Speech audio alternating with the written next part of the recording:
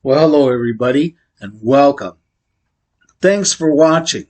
Today's topic is my latest vinyl haul from Poobah Records out in Pasadena.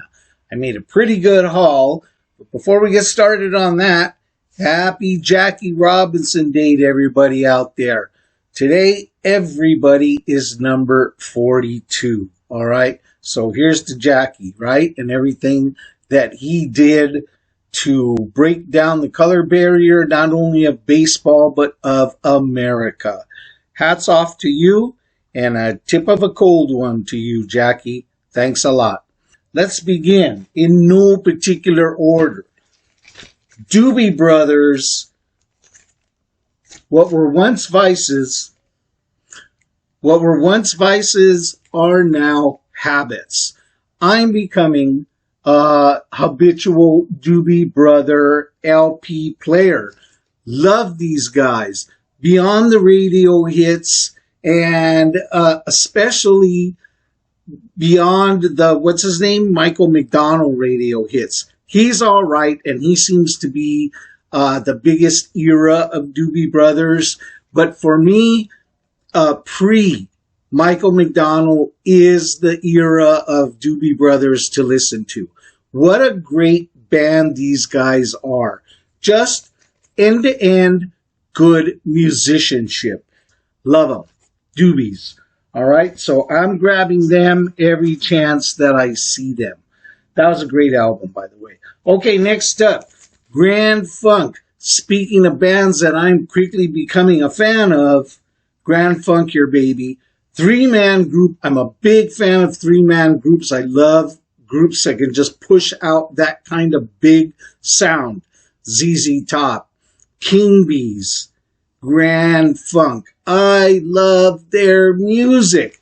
I first picked up a Grand Funk Live and got introduced to some of their album cuts. And now whenever I see their albums, I'm picking them up and it's rewarding me. I don't know these songs. They're not like big radio hits, but it's very good, hard, crunching, guitar, pushing, rock and roll from the 70s. Good stuff here. Closer to home. $2.99 on the price tag there. Like I mentioned, perfectly reasonable used vinyl price. What's up next? I'm picking up a lot of expanding my collection of these 70s rock powerhouses. Here's another rock powerhouse out of the 70s, Deep Purple. Now, where Grand Funk was heavy on the guitar, keyboards are pushed up a lot higher with these guys. I enjoy them as well. Love this album. This is a great album. What's this called? Who Do We Think We Are? Great. What I paid for this? $4.99. All right, so $5 for that one. Here we go. What? How did I pick up the Eagles? The dude will not abide with this choice. But as far as the Eagles discography goes, you gotta have this one. I was alive and thriving in the days when this LP dropped. These songs from the long run, they were all over the radio. These songs were all over the dance clubs. And so there's a lot of heavy nostalgia here. And really pretty good, what is this? Soft rock, soft West Coast rock. Eagles, a lot of vibey, Hollywood vibe, movie star, club scene, coke, and sex, and all of that kind of thing happening in this LP. I really like it. I really enjoy it. Nostalgia mostly. I won't be like expanding all kinds of Eagles LPs, but that one, that's a good one. Okay, next up, I am expanding my Pretenders vinyl. This is the Pretenders, Learning to Crawl. I'm going to place this one right up there with Pretenders #1. I love the first debut album. That's going to win by a nose. But this one is like, I think, second favorite LP and only behind by a nose. I love the cuts on this. Let's go quickly to What's on here? What kind of a lineup? Well, we open with Middle of the Road, bum, bum, bum.